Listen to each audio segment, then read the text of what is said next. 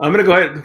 Okay, we're now live. I just jumped right on All that right. because it's usually like Good, man. Good. that we get before we start that I like. Awesome. I've missed you the last couple weeks. That was 100% my fault. But no, man, it's all good. And we need a little bit of time off. I actually do a webinar, podcast webinar, whatever. I kind of get confused about which one's which nowadays. And on Wednesday night with Clearmind, and cool. I do 3 on and 1 off. And so I usually do 3 in a row on a Wednesday night and then take a Wednesday night off. This is my weekend off. So, and one of the things I've been thinking about since I saw you last to talk about is I had a gentleman come in last week, this morning when he came in. This is his 3rd visit. Okay. So he needs neurometabolic care, just the whole neurological workup. Now, here's what I want you to understand. All right. So we come in here and I do his oxygen level, and it's 90, 91, something like that. So, and this is within his fingers. And I'm like, well, have you been a smoker? And he goes, yep, I'm smoked for 53 years. He doesn't smoke now, but he smoked for 53 years. So I go, oh, okay. Well, how many packs of cigarettes did you smoke a day? And 1. I guess that's 1 pack a day is the thing. So 1 pack a day, $5 times 365 times 53. I don't know if you can see this or not, but that's how much money that man spent in 53 years smoking cigarettes. $96,000. $96,725. Whew. So every time he brought up anything about money, guess what I told him? You spent that much to kill yourself, and you're expecting the government to heal you, Right. And so again, I'm serious. He brought up money about 3 times, and that's all I had to do. And we were actually in this room, in this exam room. I just looked over to his wife, and I said, I wonder how much on that $96,000 insurance paid for that. Right. And I know it was a rhetorical question, but sometimes you got to ask those to get people to understand. You spend almost $100,000 killing yourself, and now that you can't function, you expect somebody else to take care of you. When you didn't have, you didn't have a problem, forking out that money, that $100,000, over 53 years. And see, that's our job as a doctor, is to let patients know. It's like, look, look at how much money you spent and how much time is wasted. I mean, even just don't even work. We can make more money. All right. And money's not the option. I don't care if you're Bill Gates. I don't care who you are. You can't make more time. And I just, so you got this guy, this 83 that comes in. Literally, he comes into the clinic this morning. He doesn't have his oxygen tank with him. He can actually breathe on his own now after doing oxygen in the clinic. And then he's like, man, it's like I literally feel like dancing. It's like I hadn't had such a restful night's sleep in years. I mean, and we're just getting started with this guy. Right. And then last week I had a guy come in. He was like in his 40s and just a metabolic train wreck. He's 46. He's peripheral neuropathy. I asked him about his sexual dysfunction. For people that don't know, what's that got to do with anything? It's got everything to do with everything. So if you go, what does the feet have to do with sexual dysfunction? That just means you don't know neurology. So if you look at the homunculus, just people Google it, homuncular brain.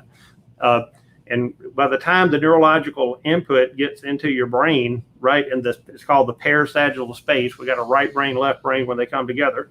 And right down at the bottom is your genitalia, female or male, it doesn't matter. And if you look at that homuncular map, right next to that are your feet. So if we're getting decreased blood flow in the feet, which we have a test that we do with that, you have anemia, you're not getting blood flow into the feet. That means also that the part of the brain that represents that, you're not getting blood flow. Now, this guy's 46 years old, and his wife is literally sitting like right there. And she's like, well, his testosterone's low. And I'm like, well, I can send you to a nurse practitioner that works with this. And the guy's 46. They're not even having sex with his wife. And she's not even worried about that. Now, if my wife wasn't worried about that, I'd be worried about that. You know what I'm saying? So, and again, so you got a guy that's 46 worried about the money, and you got a guy 83 worried about getting better. Right. And I'm just like, look, you guys got to come to grips with a couple of things here. You know, with this testosterone test, you can get it tested. It's $100, and to get the actual pellets is about $700. Right. And again, I mean, I just look at people sometimes and go, what in the world are you thinking? Your testosterone's low. You know it's low. Go get it fixed. It's $800. Okay. Well, you know, if your car was messed up and it was non-functioning, no sex, if you will, in this scenario, would you pay $800 to get your car to run right again? And I would say most people would probably say yes. And I mean, that's how I'm trying to be nice here.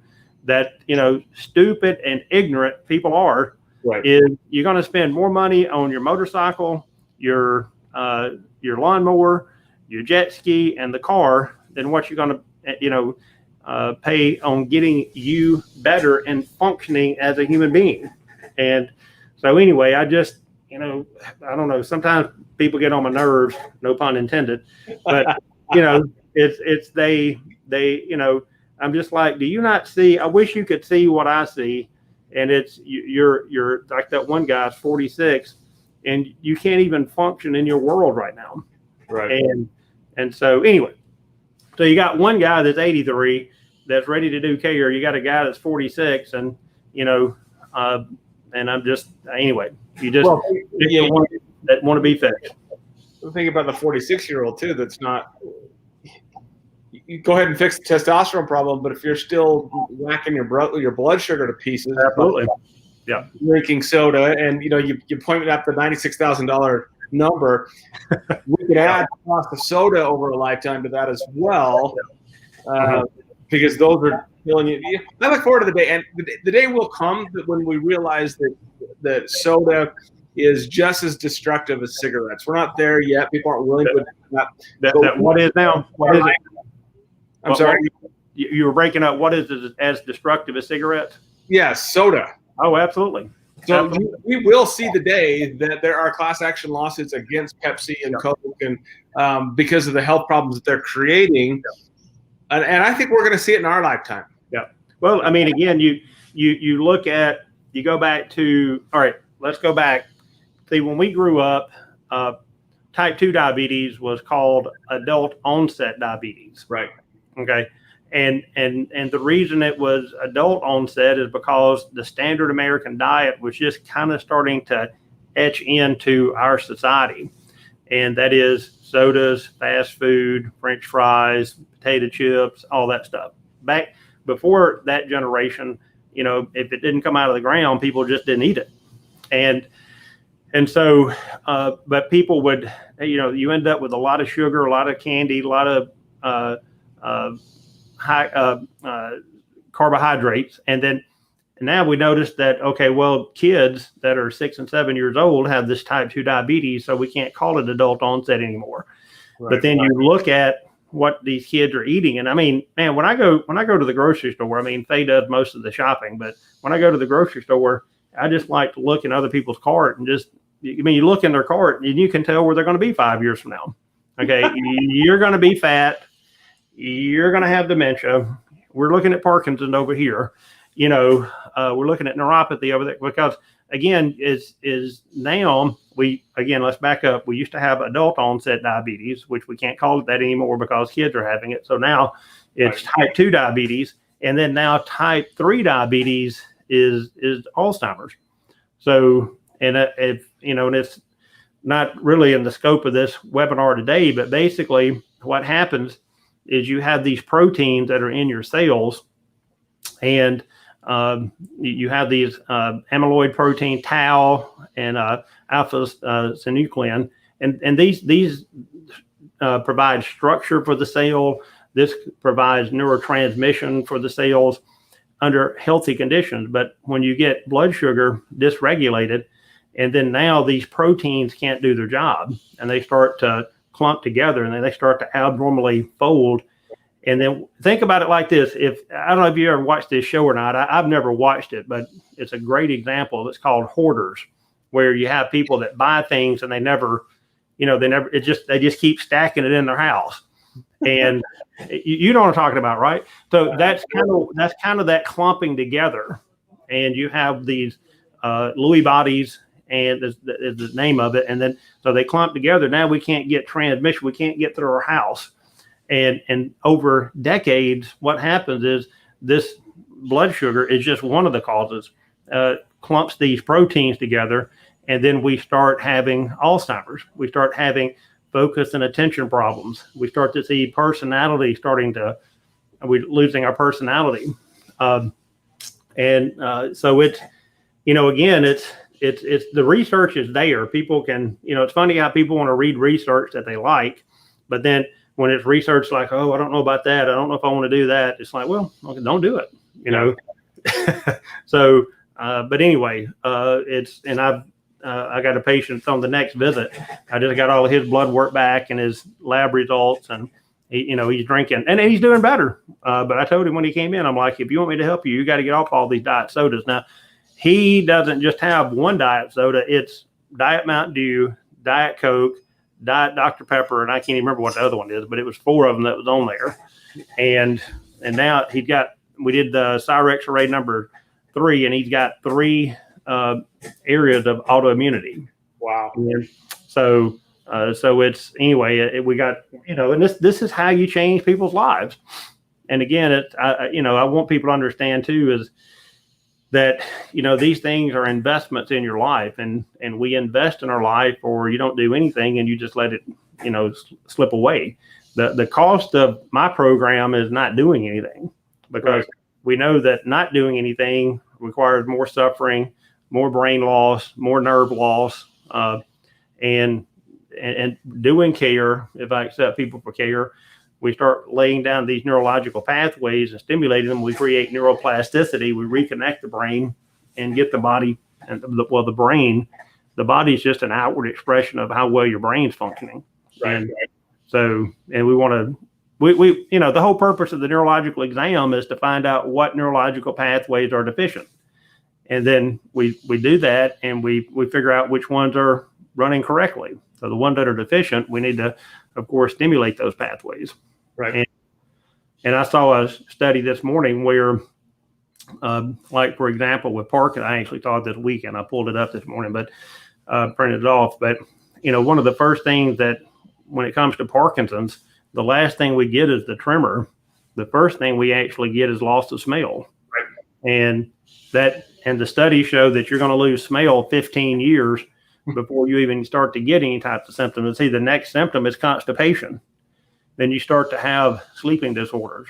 And this is long before you ever get, and then people start to move real slow, and they can't smile anymore. They look at you like, people are like, well, what is he looking at me? Why is he looking at me weird? It's like, well, because he's got Parkinsonism, and, he can't make facial expression anymore. He has a difficult time doing that. So, then how many years before that, this loss of smell, does the gut dysfunction even start to play? I mean, yeah, I don't know. There's a real way to measure that at this point. Yeah. If you think about it, you walk into a restaurant, or you walk into, your house when, your wife is cooking dinner and something smells really good. One of the first smells one of the first sensory input that we get for digestion is actually smell, because we smell things, and what do? We start salivating, and if you don't smell anything, and unfortunately, or fortunately, but it's, I didn't realize it looked like I got 2 little Mickey Mouse ears sticking out behind my head right here. So see that?